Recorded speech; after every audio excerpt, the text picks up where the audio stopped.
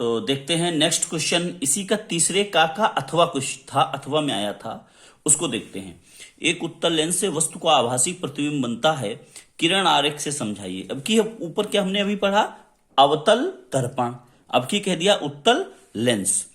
तो उत्तल लेंस कह रहा आभासी प्रतिबिंब कब बनता है, ये हमें समझाना है।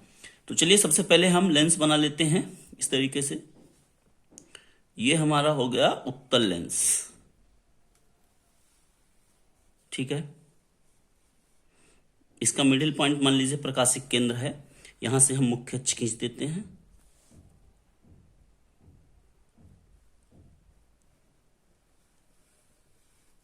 और इधर मान लीजिए हमारा F1 है, इधर हमारा F2 है, और कह रहा है कि आभासी प्रतिबिंब बनाना। देखिए फोकस पे प्रतिबिंब होता है तब अनंत पर बनता है, फोकस तक जितनी स्थितियां हैं उनमें सब में वास्तविक प्रतिबिंब ही बनता है। लेकिन फोकस और प्रकाशिक केंद्र के बीच में जब हम वस्तु को रख देते हैं, मान लीजिए हमारी वस्तु कहां रखी है, फोकस और प्रकाशिक केंद्र के बीच में, तो देखिए इसका कैसा प्रतिबिंब बनेगा। एक मुख्य अक्ष के समांतर किरण गई, जो मुख्य अक्ष के समांतर गई वो कहां से जाएगी, वो होकर के जाएगी इसके द्वितीय फोकस से,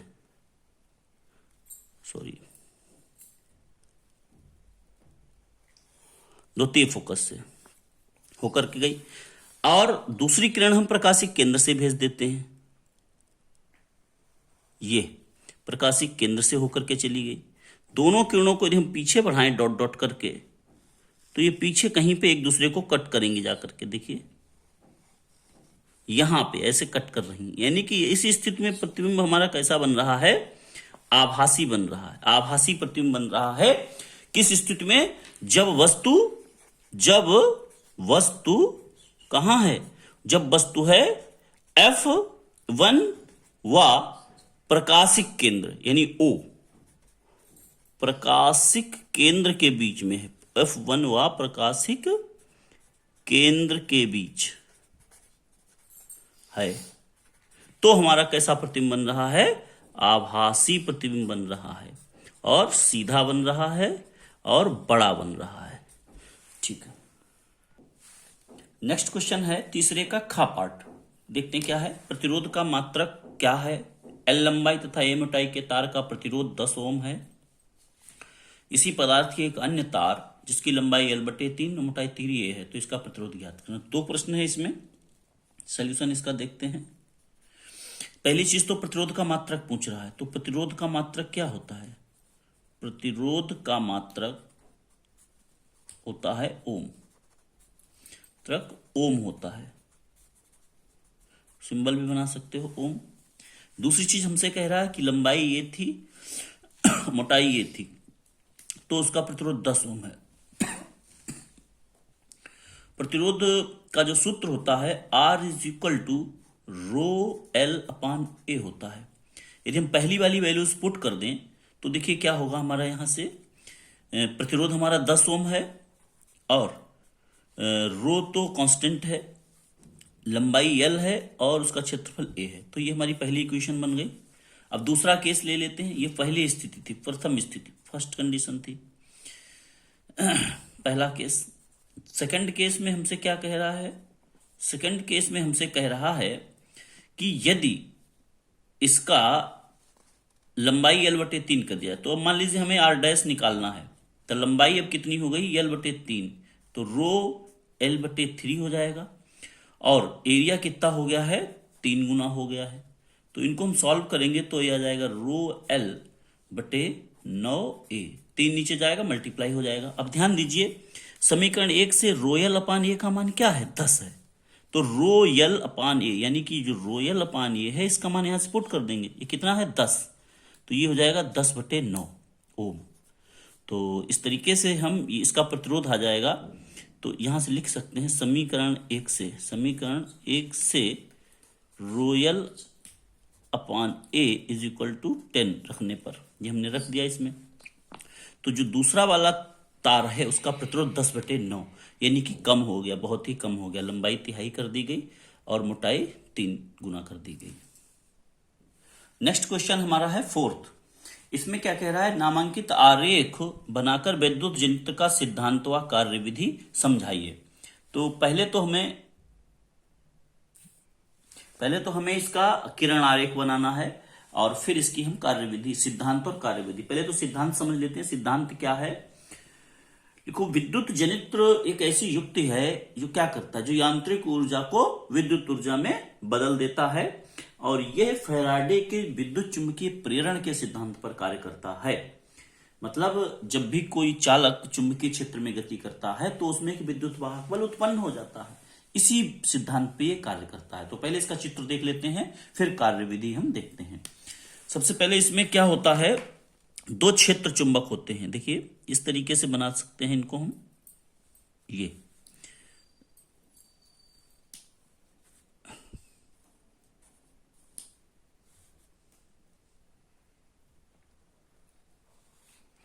N और S, इनके बीच में एक कुंडली रहती है, आर्मेचर कुंडली इसको कहते हैं।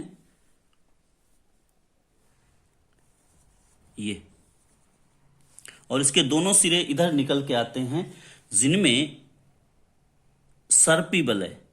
इस तरीके से समझ सकते हैं आप, सर्पी बल है। एक इसमें लग गया और एक इसमें लग गया, सर्पी बल है। और इन सर्पी बलियों से दो ब्रुश लगे रहते हैं, और उनको हम इस तरीके से आपस में ले जाकर के एक सर्किट से, यहां गैल्वेनोमीटर हम दिखा सकते हैं जी, गैल्वेनोमीटर यहां पे लगा हुआ है। तो होता क्या है कि सबसे पहले हम इसके ऊपर कई सारे, यानी जो ये हमारा क्षेत्र चुंबक हो गया,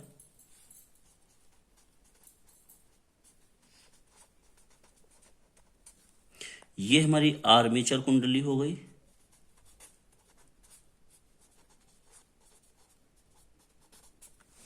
और इस पे बहुत सारे जो इंसुलेटेड कॉपर वायर है उसके फेरे लिपटे हुए होते हैं। इधर से इधर हमारा वी है। तो और इसकी जो एक्सिस है जिसके परितः ये घूमता है वो इस तरीके से रहती है, उसी के परितः ये इस तरीके से मोशन करता है। जैसे ही इसको घुमाया जाता है इस तरीके से, यानी कि क्लॉकवाइज डायरेक्शन में, तो यहां पर, यानी कि ये जो नेक्स्ट इसका कार्यविधि समझते हैं। इसमें जब कुंडली को चुंबकीय क्षेत्र में घुमाया जाता है इधर दक्षिणावर्त या क्लॉकवाइज डायरेक्शन में, तो इस कुंडली को यदि हम नाम दे दें ए बी सी डी, तो ए बी ऊपर की ओर और सी डी नीचे की ओर, तो जैसे जैसे समांतर है तब तो इसमें जीरो है धारा, यानी कि कोई धारा नहीं बह रही है क्योंकि समांतर है मैग्नेटिक फील्ड के। लेकिन जैसे जैसे ऊपर ये बढ़ती जाती है, ऊपर की ओर उठती जाती है, इसमें धारा का मान बढ़ता जाता है। जब ये बिल्कुल वर्टिकल हो जाता है, ए बी ऊपर और सी डी नीचे, तो उसमें मैक्सिमम धारा होती है। और हमारी जो धारा है इस दिशा में, वो इधर से, यानी कि इधर इसको B1 B2 मान लें, तो ये B2 है, ये हमारा B1 है, तो B2 से B1 की तरफ यानी धारा ऐसे ऐसे बहती है। लेकिन जब CD ऊपर की ओर आने लगता है, ये भी नीचे की ओर जाने लगता है, तो धारा फिर से बदल जाती है, धारा फिर B1 से B2 की ओर। तो हर एक घूर्णन में धारा दो बार अपनी दिशा बदलती है। तो इस प्रकार इससे ये AC करंट प्रोड्यूस होता है। नेक्स्ट क्वेश्चन है, लास्ट क्वेश्चन है ये, चौथे क्वेश्चन का अथवा पार्ट है। चुंबकीय क्षेत्र में स्थित धारावाही चालक पर बल किन कारकों पर निर्भर करता है? चालक पर कार्य करने वाले बल की दिशा ज्ञात कीजिए।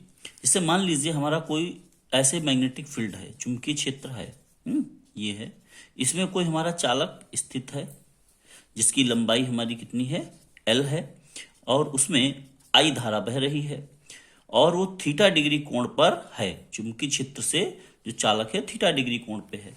तो इस पर लगने वाला जो बल है वो किस किस पे निर्भर करता है? बल सबसे पहले निर्भर करता है चुंबकीय क्षेत्र पे। दूसरी चीज, वो उसमें कितनी धारा बह रहा है उस पर निर्भर करता है, यानी कि चुंबकीय क्षेत्र, चालक में प्रवाहित धारा और उसकी लंबाई के पे भी अनुपाती होता है। चुंबकीय क्षेत्र का अनुपाती, धारा के अनुपाती, और जिस कोण पे वो है उससे, उसके साइन के, यानी F is proportional to sine theta. इन चारों को यदि हम मिला दें तो हमारा सूत्र बन जाता है VIL साइन थीटा। यानी कि इन 4 कारकों पे हमारा बल निर्भर करता है, चालक पर लगने वाला बल। बल्कि दिशा कैसे ज्ञात करते हैं? फ्लेमिंग के बाएं हाथ के नियम से, इस तरीके से कि यदि मान लीजिए हमारा फ्लेमिंग के बाएं हाथ का नियम क्या कहता है, वो कहता है ये हमारी धारा है I और ये चुंबकीय क्षेत्र है, तो चालक पर लगने वाला बल उन दोनों के लंबवत होगा। I और B एक दूसरे के परपेंडिकुलर हैं, तो उन दोनों के परपेंडिकुलर होगा चालक पर लगने वाला बल। यानी फ्लेमिंग के बाएं हाथ का नियम ये कहता है, यदि अपने बाएं हाथ को अंगूठा तथा उसके पास वाली अंगुलियों को इस प्रकार फैलाएं कि अंगूठे के पास वाली अंगुली धारा की दिशा तथा बीच वाली अंगुली चुंबकीय क्षेत्र की दिशा को प्रदर्शित करे, तो अंगूठा चालक पर लगने वाले बल की दिशा को प्रदर्शित करेगा।